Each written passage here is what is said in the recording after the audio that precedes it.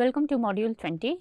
In this module, we will look at the thermodynamic life cycle analysis. So far we have seen the analysis based on energy, and we have learnt about the basics of second law of thermodynamics to calculate exergy for different material streams. In this module, we will go through the exergy analysis, which we call as ICEC or industrial cumulative exergy consumption, and then emergy analysis, which we call as ecological cumulative exergy consumption. So, to begin with, I will give a short history of adoption of exergy in the sustainability field. In 1971, there was this economist, Jost, who recognized that resource quality is even more important than just the availability of resource, because to make valuable product, we are interested in obtaining high quality resources. And he said that based on the second law, economy works by converting high quality resources into lower quality, which occurs by increasing entropy. So, there is, of course, we look at final product and it is of high quality, but there has always been some entropy generated. So, you have taken lot of high quality resources and converted into product which is also high quality, but along with that there is always some kind of waste generation which increases entropy, and that is converting it into low quality waste generation. Then in 1973, Livermore National Laboratory, which is in Berkeley, appointed a joint committee on atomic energy, and they introduced the word useful energy for analysis of power sector and transportation sector. So, they definitely realized that not all energy that is there in the fuel is capable of doing useful work, which is what we are interested in for producing useful output. Hence, they introduced that in power sector and even transportation sector, we should be more concerned about the available energy, which is the actual useful work that can be derived from various resources that are available. Hence, they proposed the use of available energy, which is nothing but the exergy, for analysis of sustainability of these systems. Then in 1974, there was a paper that got published from efficient use of energy, a physics perspective, and it explicitly defined availability or exergy in case of various activities and processes to show how exergy needs to be calculated for various processes and also resources that can be used as a metric to understand what is the useful energy that is available for all of us to conduct the production processes that we are aiming at. Then in 1975, there was a report from American Physical Society, and they found that the current economy was really inefficient in the use of available resources, and about 97% of exergy inputs were being wasted, which means that it gave into insights into how we can improve the economy further, which means improving the processes so that you use the available exergy in a much stronger way to move the system towards a better sustainable outcome. So, from these reports and these developments, there was this movement, or there was this understanding that exergy analysis will be really important in improving the processes towards meeting the sustainable development goals. Let us look at exergy as metric for analysis. So, then what happened is that we start looking at exergy as a metric of resource flow and resource reserves. And the way we define exergy, and we have seen how we define exergy as with a reference frame, it is in more general term, it is seen as the work done to maintain or form the resource in the form it is available. So, if there is a resource that we are making, then we are providing some available or useful work done to make that product, and that is the exergy for that product. So, in a sense, exergy represents quality of resources. The more amount of work you need to do to make a product, it has higher exergy input or higher exergy required to do that production. So, that is the main point, that resources that have high exergy even in a smaller quantity then will have higher impact. So, you may be using, let us say, even a minute amount of critical materials like cobalt and nickel in a highly processed form, which are inputs to the renewable energy system or even to our computer systems. Even though they are used in a minute quantity, they have a higher impact on thermodynamically, because we need to do more work to get that product in higher purity form. Similarly, materials that do not have energy content, which do not have fuel value, they can get ignored in the energy analysis, but exergy captures the material contribution to material potential energy impact or potential thermodynamic impact, because exergy is now telling us how much work is required to actually support the production of that material. And therefore, lot of economists have turned to exergy to capture the resource quality and depletion, and there is of course lot of engineers who are using exergy to improve their production processes or processes to move towards better thermodynamic efficiency. In another way, exergy is also a measure of waste residuals and potential for harm. So, let us say you have a lot of exergy in terms of heat, waste heat that is going to the environment and that is being wasted to the environment. What happens to this exergy? So far we have seen that we do not care about waste heat, but when it goes to the environment, there is always some effect on the ecological systems, which also is now known as thermal pollution. So, when we are wasting exergy in terms of waste heat or any other waste material, it is going to the ecosystems, and because it still has capability to do some work, it actually changes the form of the stability of the ecosystems in some way. Similarly, some exergy is lost as chemically or reactive materials. So, for example, if you have one example is the emissions of N2O and NOx. When they are chemical species which still have some exergy and they are not in the chemical equilibrium, as we talked about the calculation of exergy of compounds. When they are released to the environment, they undergo several reactions and they cause harm to the environment in certain ways. So, when we are quantifying the exergy of the waste that is going to the environment, it also has impact on the environment in certain ways. So, when this exergy is being lost, it does have an impact environmentally in a negative sense if we consider what happens to those pollutant at the end of their life. So, this example I already quoted. When we have some exergy that is being lost as low quality heat, it is being thought that it does not cause any impact, but there has been reported incidents of gradual increase of the freshwater temperature, because you are kind of dumping the waste heat into the freshwater system, and that is known as thermal pollution. And lot of the freshwater fish species and the environmental species are very sensitive to this temperature change. So, in a sense, this low quality heat, even though it is not very visible to us in terms of the pollution, that exergy lost has an impact on the ecological systems and hence on life in the long term. So, what do we do in the exergy analysis system? So, now we know that exergy is an important metric. How do we formulate the analysis using this metric?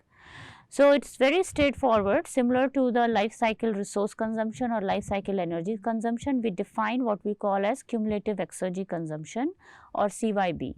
So, if we go back to our figure of the network of resource flows. So, we have the industrial processes which are making product Y and it is going into the economy.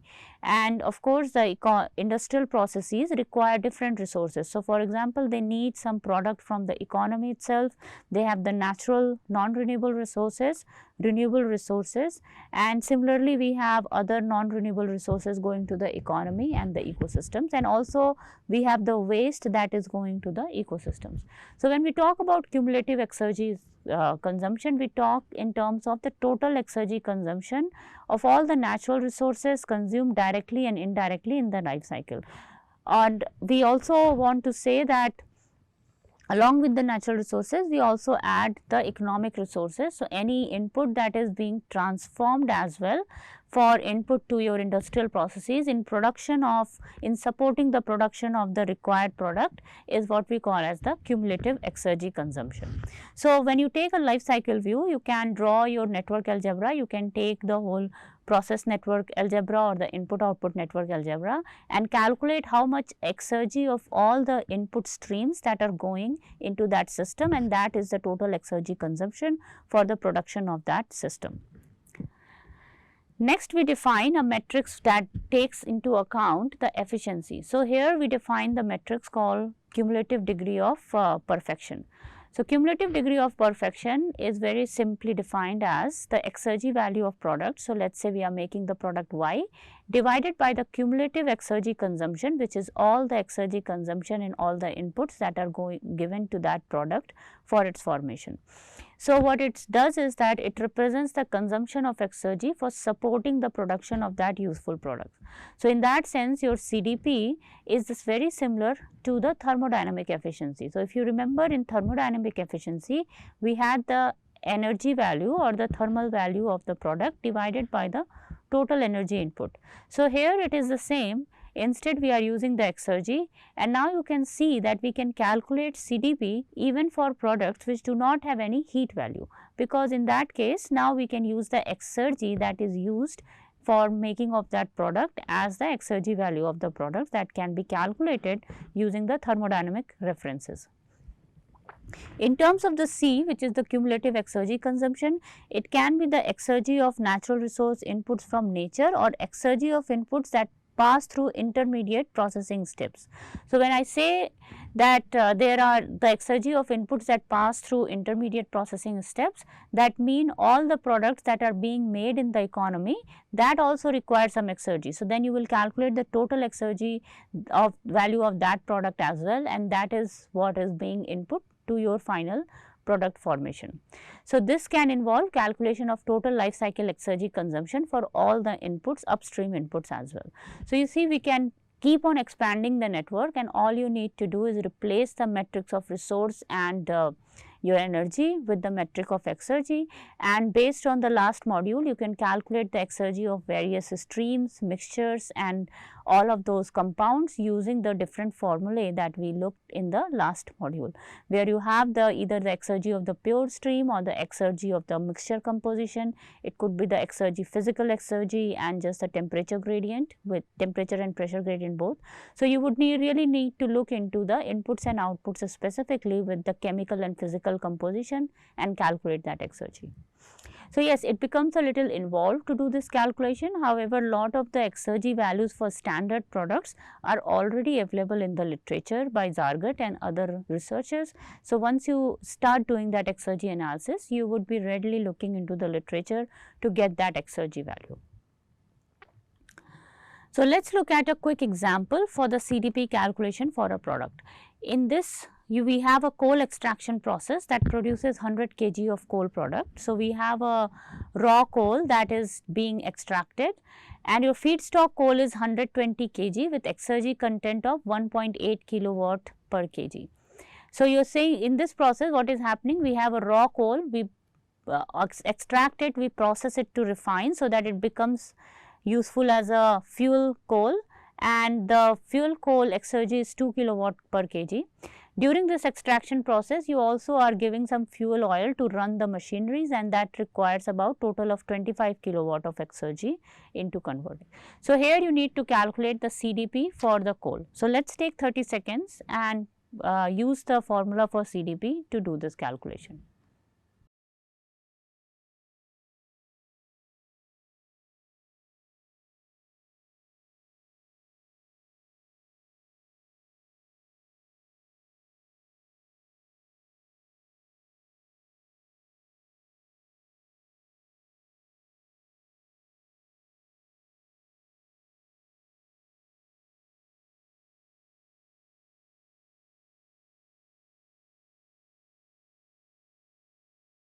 So, let us look at the solution.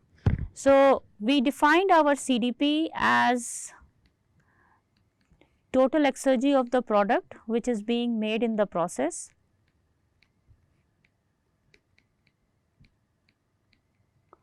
divided by the total exergy input in the process. Okay. So, these are straightforward formula, and if you have confusion you can always map it to the efficiency formula that we looked earlier.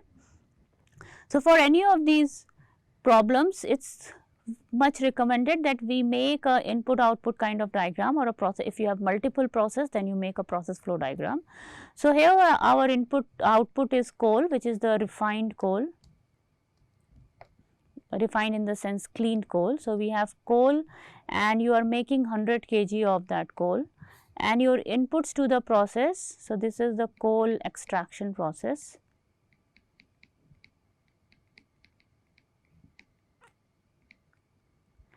So, the input of your process is we have 120 kg of raw coal, which is the feedstock, and we have fuel oil input, and we are not given the total amount, but we are given the total value of this input is 25 kilowatt in terms of exergy. So, for calculating, we will calculate the total exergy of product. We have 100 kg of product and the exergy of processed coal is 2 kilowatt per kg. So, that is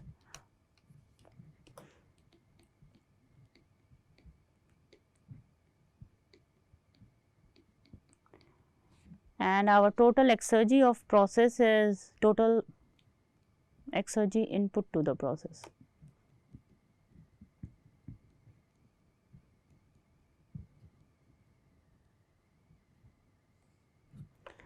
This is about 120 into 1.8 kilowatt per kg multiplied by 120 kg and plus 25 kilowatt. So, this will become about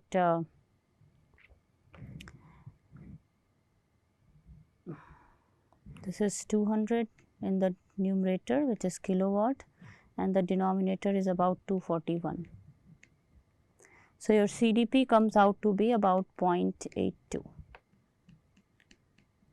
which means that this process is about 82% efficient in converting the exergy to useful product, which is your processed coal, that is input to other products. So, this way when you are calculating, you can calculate the CDP or the efficiency of all the processes, and then you can compare in between processes to know which process is more efficient in terms of exergetic utilization to make the final product. So, imagine you are making let us say 2 plastic bottles and you have multiple processes, then you can calculate the CDP for that network and you can compare the CDP that will tell you which of these life cycle network is more efficient for you to make that final product, and that is what you should use. We can also look at different parts of the life cycle stages and decide where the exergetic losses are maximum, and there you can invest into improving that process. Of course, when you are thinking of improving the process, there is a lot more engineering analysis that needs to be done in terms of where exactly or what mechanism is behind that exergy loss, whether it is the fluid flow or whether it is a mass flow or anything else, and that is how you would go about improving the process. However, at the life cycle stage, it is much straightforward that we draw all the process flow diagram, we get the total exergy of the product and then we divide by the total exergy input, and that gives us an idea of which life cycle of product is more favorable in exergetic terms. So, that is all in the exergy. Let us move on to emergy. So, this might be a very new term but it has been around for a long time. So, emergy comes from ecological literature. The idea that when we are making any resources or any products in the economy, we are actually doing work. So, any technical process that we are thinking of is about converting resources into some product, and for that we are doing work by giving input. Similarly, whatever we are extracting from the natural system is not coming free. So far, the whole challenge with sustainability is that we have been taking the nature as for granted. We think that nature is just providing resources and we can keep extracting it.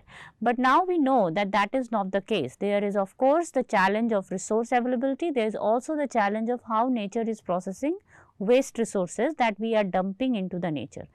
So, now to expand, because we want to include nature in the analysis, so far our system boundary has only included the technical system. So, if you want to expand and also preserve nature as you are making products, you would need to also consider that. So, emergy is the thermodynamic way of including nature in our analysis, and here the idea is that the resources that are available from nature are actually energy transformation, where ecological systems are doing the work to provide resources. So, think about photosynthesis. Photosynthesis is nothing, it is more like a reactor. It is a reactor that absorbs CO2 and it is making biomass out of that photon energy or the solar energy that is available by numerous very complex chain of reactions. So, if anyone is interested, you can look into the biology and mechanism of photosynthesis, and it is something very complex series of chemical reaction that takes into the photon, and the cellular plant cells are converting that energy through series into and CO2 into series of this biomass. So, that means that every product that we are taking, whether it is coal, whether it is biomass or whether it is water, it is some part of work done by the natural system, and nature is actually even more complex, much more complex than what we have created in our technical systems.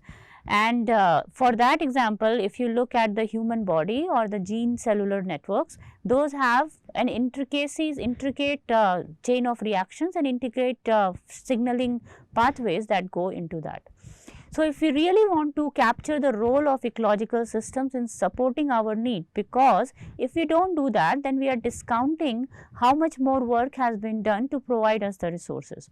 So, in that case, we will need to expand the system boundary to include the ecosystems, and for that what we use the metric is what we call as emergy. This method has been developed by system ecologist Howard T. Odum was an American ecologist who developed this whole idea of calculating the emergy, and the method is developed based on understanding the role and transformation of energy in the ecological systems by drawing the ecological network diagrams. So, the idea is that so far when we are doing exergy analysis or energy analysis, we mostly have industrial processes and we calculate how much, and it can have of course several boxes, which is several processes, and we are calculating what is the product output and what is the energy or the exergy input. But all the natural resources that we are taking, we do not account for what happens upstream in the nature for providing that resources. So, that is where we expand the system boundary, and now we are also looking at the ecological processes, and the ecological processes are taking some kind of ecological inputs. It could be the waste that we are providing, it could be just the energy that the nature has, and any other input that is available in the geological system, and that converts it into the natural resources, whether it be the ore that we are using, whether it is the oil that we are using, coal, it can be biomass, it can be fresh water, and all of that, and calculate the total energy input that is required.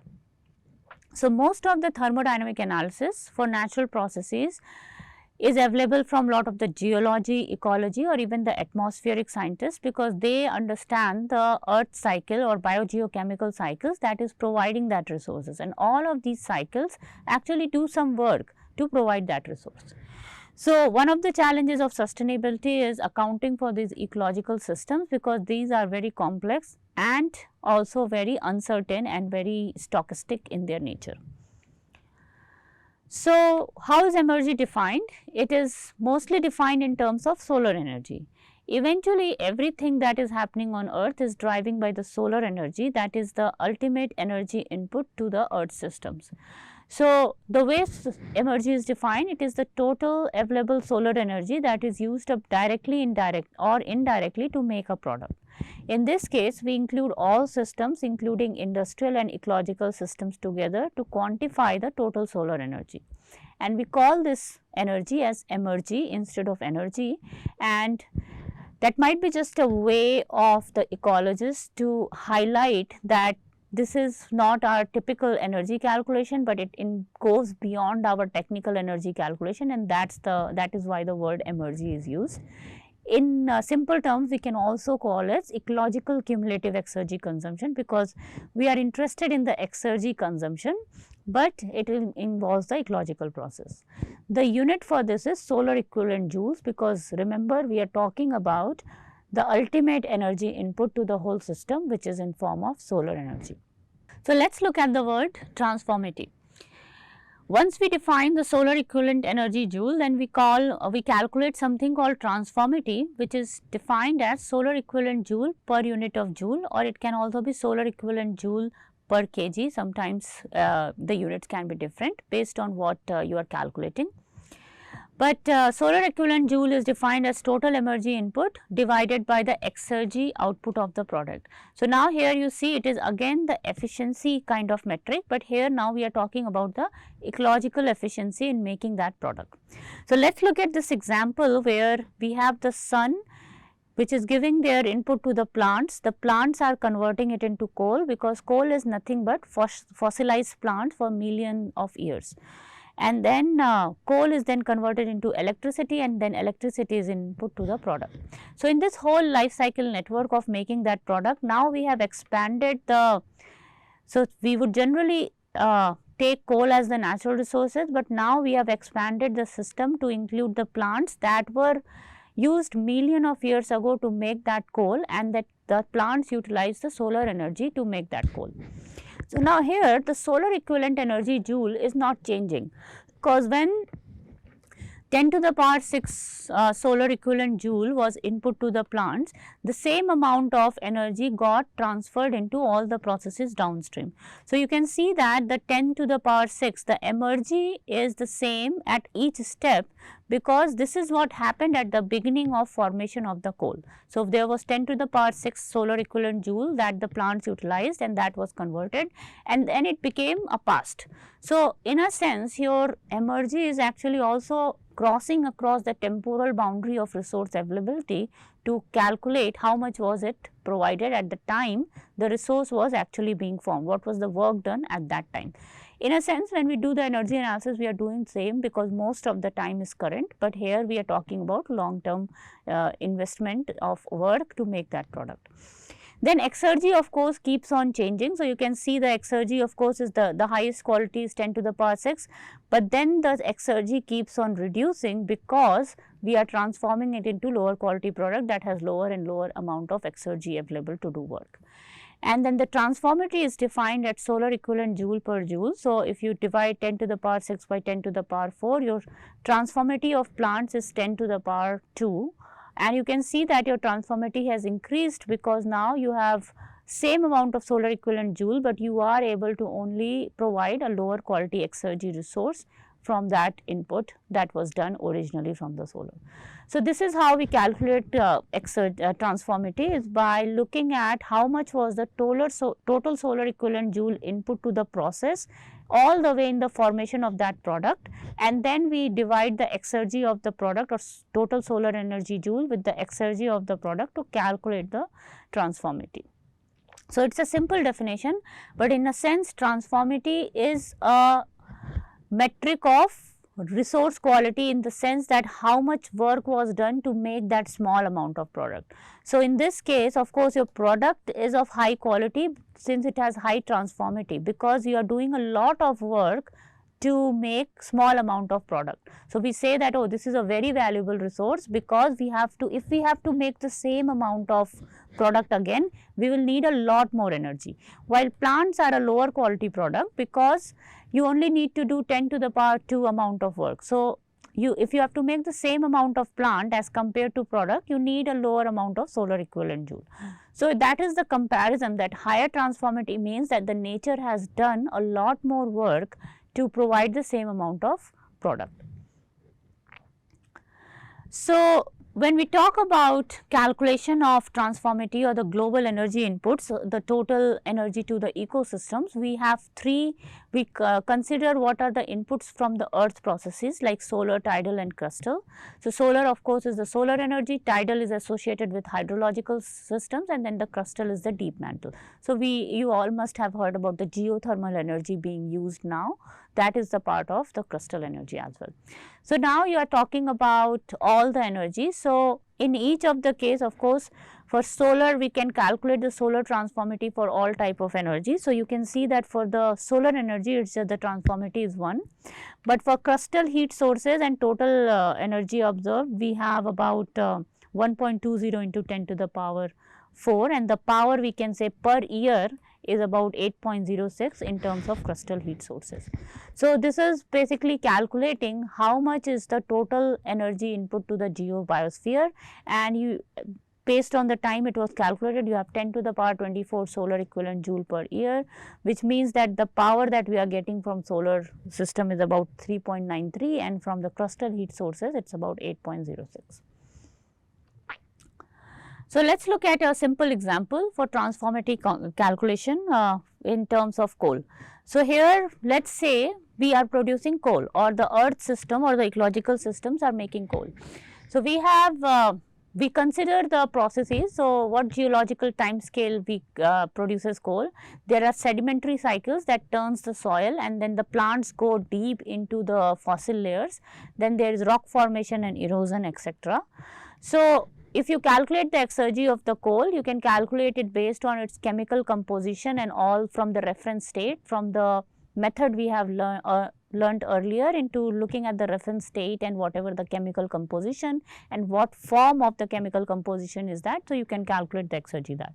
Based on the quality of coal, because the chemical composition will be different, your exergy will be different. So, let us assume that for this coal that we are considering here, the exergy of the coal is 29,302 joule per gram. Your global sedimentary cycle flux that is responsible for formation of coal is about 9.3 10 to the power 15 grams per year. That is how much sediments are being turned about in the earth system or the soil processes across the globe. So, the transformative will be total solar and equivalent joule influx in an year, which is about 15.83 10 to the power 24 solar equivalent per joule per year. So, that is from the previous calculations.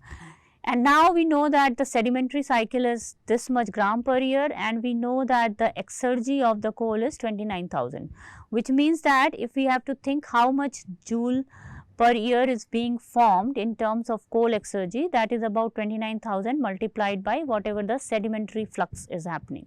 So, this is the amount of joule per year that is being converted into coal, or the availability of the coal per year, and the total solar equivalent joule input to the whole earth system is about 1523 10 to the power 4. So, I can explain it in the sense that if you consider this earth as a process that is giving coal, and it is actually taking the solar equivalent joule or the solar energy.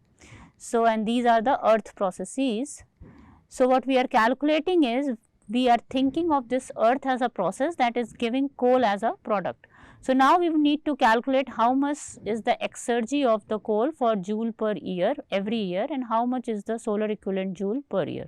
So, that we know from the calculations from the ecologists that it is 15 10 to the power 4.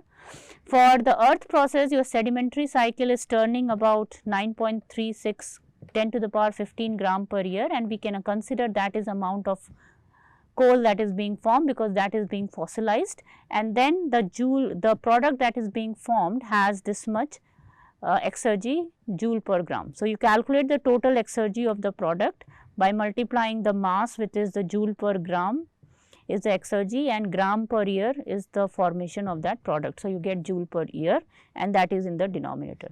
So, from that we get the exergy of the coal that is being formed of this quality is about transformative of the coal that is being formed of this quality is 5.8 10 to the power 4 solar equivalent joule per joule. So, that is how you can calculate the transformative of lot of renewable and non-renewable resources that have been formed by using the earth processes. So, here is an example of all the transformative that has been calculated. So, for sun, of course, it is 1. Wind energy is also caused by the pressure and the temperature gradient. So, the solar equivalent joule for this is 1.5 10 to the power 3. Similarly, rain is caused by lot of temperature gradient and the earth processes. So, you have the transformative for each of these systems.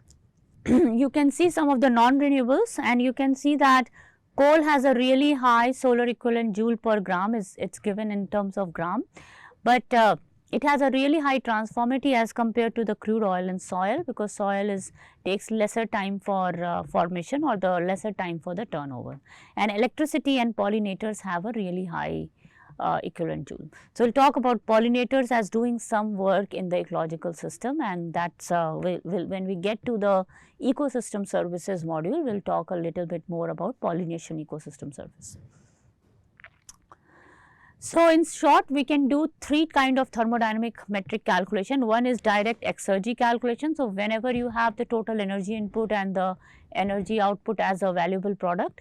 Then we have the ICEC, which we call as industrial cumulative exergy consumption, which is the total amount of exergy input in formation of that product. And then we have the ecological cumulative exergy consumption, which is the ECEC, and for that you need to multiply each mass input with the transformity, which will be always, which have been previously calculated for the resources.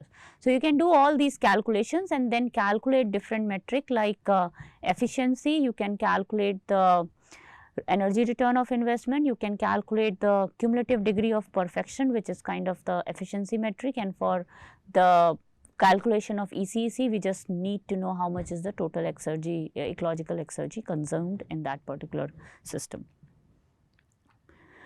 So, let us do a short example quickly. Here we have a process that is making a reinforced concrete. So, reinforced concrete is where you have combined the concrete with steel or iron to actually reinforce concrete for use in the construction. So, you might have seen lot of pillars that have concrete and they have steel rods or the iron rods that are embedded into it to improve the strength of the concrete for use in the construction pillars. So, this is what that process is, where we have iron and concrete is being mixed, and for mixing of that process you might be using some machine that takes about fuel oil. So, that reinforced concrete processing, maybe you have seen the mixing instruments, and that instrument is taking energy. So, that is the fuel value, and it is giving you reinforced concrete of about 15 kg. So, we are not losing any mass here, we are making equal mass after combining of all the product. So, here what you need to do is you need to calculate the transformity that will tell how much is the solar equivalent joule per joule for this concrete, and these are all the inputs to the process with their equivalent transformity. So, let us take 30 seconds and calculate the transformity for this reinforced concrete product.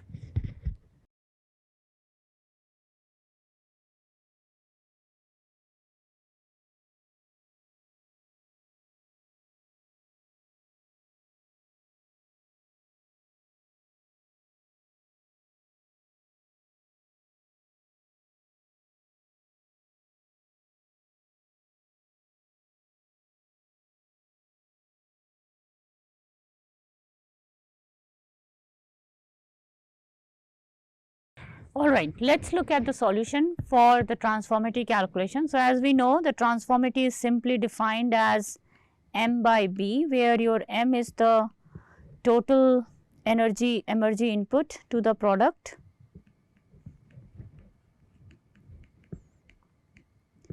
and b is the total exergy of the product.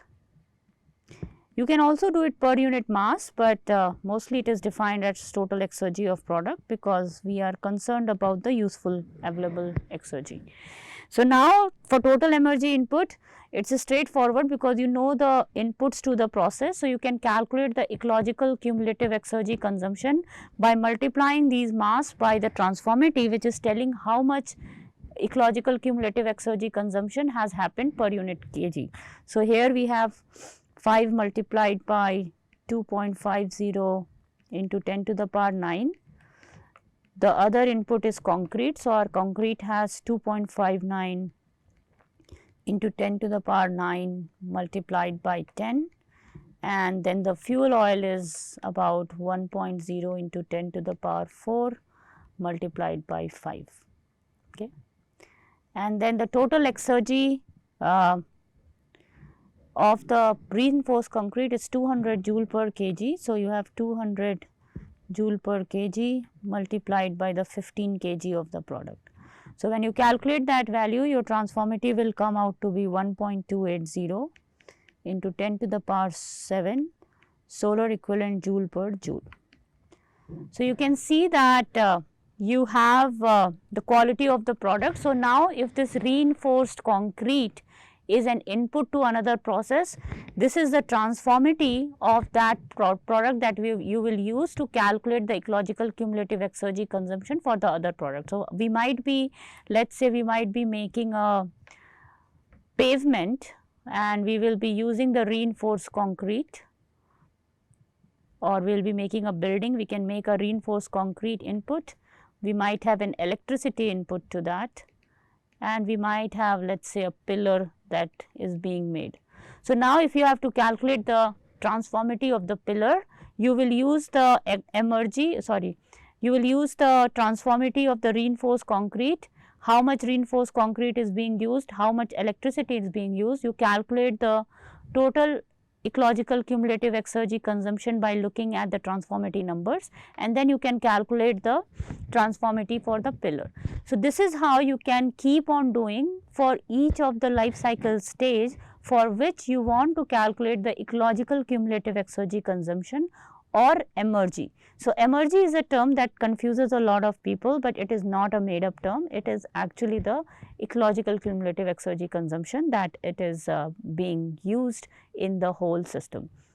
So, what it does is that it gives us an expansion of including also the work done by ecological systems in providing that resources.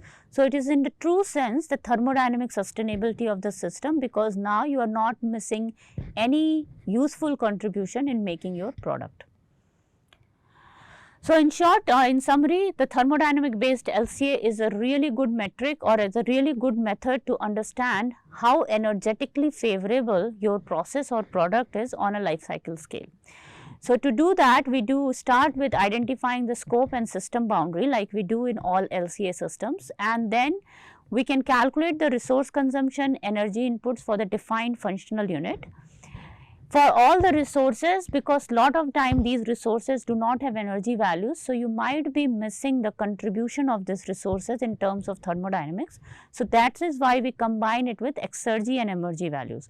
If you just want to know the exergy value, we can follow all the approaches in the previous modules to calculate the exergy of that stream based on the physical and the chemical properties given to you and choosing a valid reference state.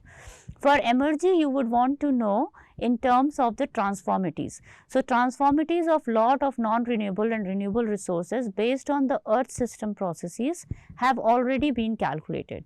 For calculation of the transformity of a product, you would need to know the transformity of each of the inputs and then use the metric of transformity as total MRG input divided by the total exergy of your product or mass. If let us say nowadays we are also talking about improving our systems by introducing recycling technologies or creating circular economy. So, if you are expanding further and using abatement technology, or you are using cradle to cradle approach that we call, instead of just leaving at the end of life, we are also recycling. What you can do is, for all the additional processes, you can do the exergy quantification that is required, and that will give you the true thermodynamic sustainability of actually recycling the product as well. And unless we include that, we cannot say that by just recycling we are making our system better, because we might be using a lot more energy and it might not be that beneficial. So, even picking in between two recycling technologies, you can do a thermodynamic analysis using exergy metrics or MRG metrics and understand the true value of introducing such abatement technologies in the economy. So, let us look at last some of the implications of second law for sustainability. Our second law says that due to inefficiencies in the conversion of heat to work or other useful output, there will always be more energy required to perform same work. And as the available energy decreases in the economy, it will be more difficult to achieve the same output. For example, if the temperature difference decreases, less work can be done. As the concentration of material decreases, we saw that the energy return of investment is becoming higher or becoming lower for the same amount of extraction of oil, and similarly the exergetic efficiency will also decrease. So, it can be a very important metric to understand that how sustainable we are in terms of material extraction and utilization, in terms of the quality of resources that are available.